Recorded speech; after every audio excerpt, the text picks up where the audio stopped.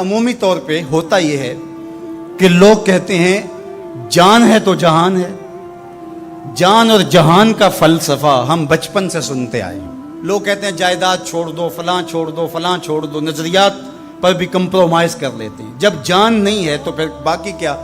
جان ہے تو جہان ہے. اس فلسفے کو حسین ابن علی نے بدل کے رکھ دیا کہ جان ہے تو جہان ہے. حسین نے بتایا جان نہیں ہے پھر بھی پوری کائنات تیری ہے. لوگ یہ کہتے ہیں کہ اگر لٹ گئے تو پھر سب کچھ برباد ہوگا. حسین نے یہ فلسفہ دیا لٹ کے ہی تو آباد ہوا جاتا ہے.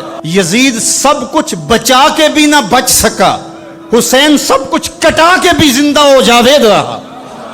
یہ فلسفہ دیا سب کچھ کٹ جائے، سر نیزے کی نوک پہ بھی چڑھ جائے، خاندان کی لاشیں بکھری پڑی ہوں اور گھوڑوں کی ٹاپوں تلے روندی جائیں، کفن بھی کھینچ لیے جائیں، خیموں کو بھی آگ لگا دی جائے، لیکن سر شہیداں پھر بھی نیزوں پہ بلند ہی رہے گا، اونچا ہی رہے گا. یہ فلسفہ حسین ابن علی نے دیا. یہ سر جھکنے کے لیے نہیں ہے، یہ سر اوپر بلند ہونے کے لیے. اور میں ایک بات کہا کرتا ہوں، لوگ سر بچانے کے لیے ہاتھ دے دیتے ہیں، ظالم کے ہاتھوں میں ہاتھ دے دیتے ہیں کہ سر بچ جائے. حسین نے ہاتھ بچانے کے لیے سر دے دیا. ہم نے بچپن سے لے کر کے لڑکپن تک اور لڑکپن سے لے کر آج تک حضرت نبی رحمت صلی اللہ علیہ وآلہ وسلم کا یہ فرمان سنا ہے، من رآ منکم منکرا فلیغیرہ بیدہ فإن لم یستطع فبلسانہ فإن لم یستطع فبقلبہ وذالک اضعف الایمان او کما قال النبی صلی اللہ علیہ وسلم. تم میں سے اگر کوئی برائی کو دیکھے تو وہ ہاتھ سے روکے، ہاتھ سے نہیں روک سکتا تو زبان سے روکے، اور زبان سے بھی نہیں روک سکتا تو کم از کم دل سے برا جانے. اور یہ سب سے کمزور ترین ایمان کا مرتبہ تھا.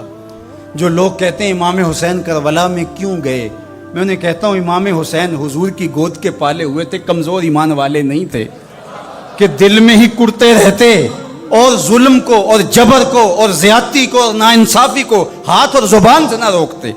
حضرت امام حسین کے خطبے دیکھ لیجئے، قدم قدم پہ خطبے دیے. محمد بن حنفیہ کے نام جو آپ نے وصیت نامہ لکھا تھا، آپ نے فرمایا انی لم اخرج عاشرا ولا بطرا ولا مفسدا ولا ظالما.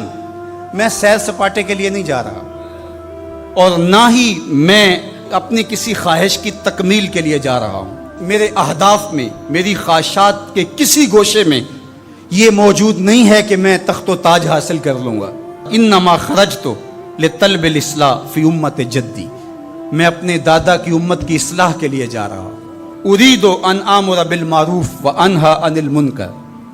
میں امر بالمعروف اور نہی عن المنکر کے جذبوں سے مالا مال ہو کے میں اس سفر کو اختیار کر رہا ہوں.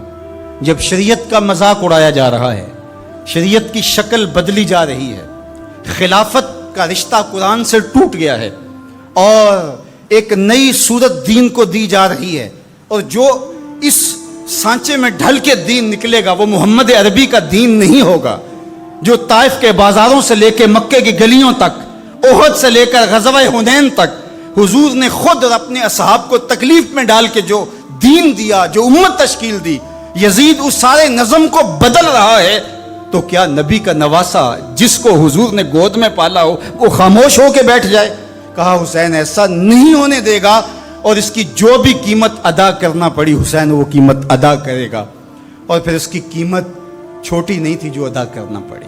اگر حضرت امام حسین رضی اللہ تعالیٰ عنہ اس وقت کربلا کے تپتے ہوئے ریگزار میں، اس میدان حق و باطل میں اپنی قربانی پیش کر کے جبر کا راستہ نہ روکتے تو یہ بات اچھی طرح سے ذہن نشین کر لیجئے، اسلام کی یہ شکل جو آپ کو دکھائی دے رہی ہے یہ موجود ہی نہ ہوتی. دنیا کے اوپر کتنی تہذیبیں، کتنی ملتیں اور کتنی اقوام، جب ان کے اندر تغیر آیا تو وہ اپنی اصل صورتی چیزیں کھو بیٹھی. دنیا کے اوپر کتنے مذاہب، یہودیت کی شکل دیکھ لیجئے، کیا یہ وہی صورت ہے جو حضرت موسیٰ لے کر آئے؟ عیسائیت کی شکل دیکھ لیجئے، کیا یہ وہی صورت ہے جو حضرت عیسیٰ لے کر کے آئے؟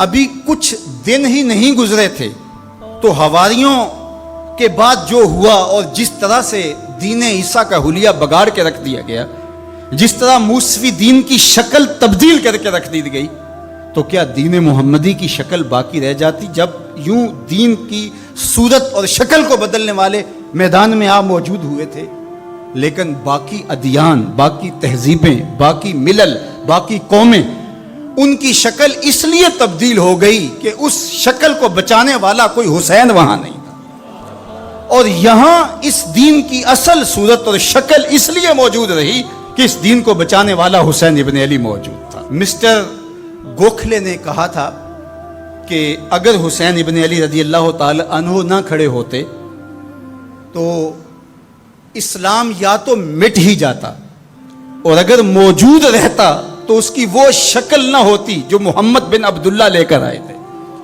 اس کی شکل وہ ہوتی جو یزید پیش کر کے جاتا۔ لیکن حسین ابن علی کی قربانی، ان کی نہضت کی وجہ سے، ان کے قیام کی وجہ سے، ان کے کھڑا ہو جانے کی وجہ سے 14 صدیاں گزرنے کے بعد آج بھی وہی اسلام ہے جو آمنہ کا لال دے کے گیا تھا۔ یہ حسین ابن علی کا کام ہے جو حسین نے کیا۔ اس لیے حضور نے ناز کیا حسین پر، کہا کہ حسین منی و انا من حسین، حسین مجھ سے ہے اور میں حسین سے ہوں۔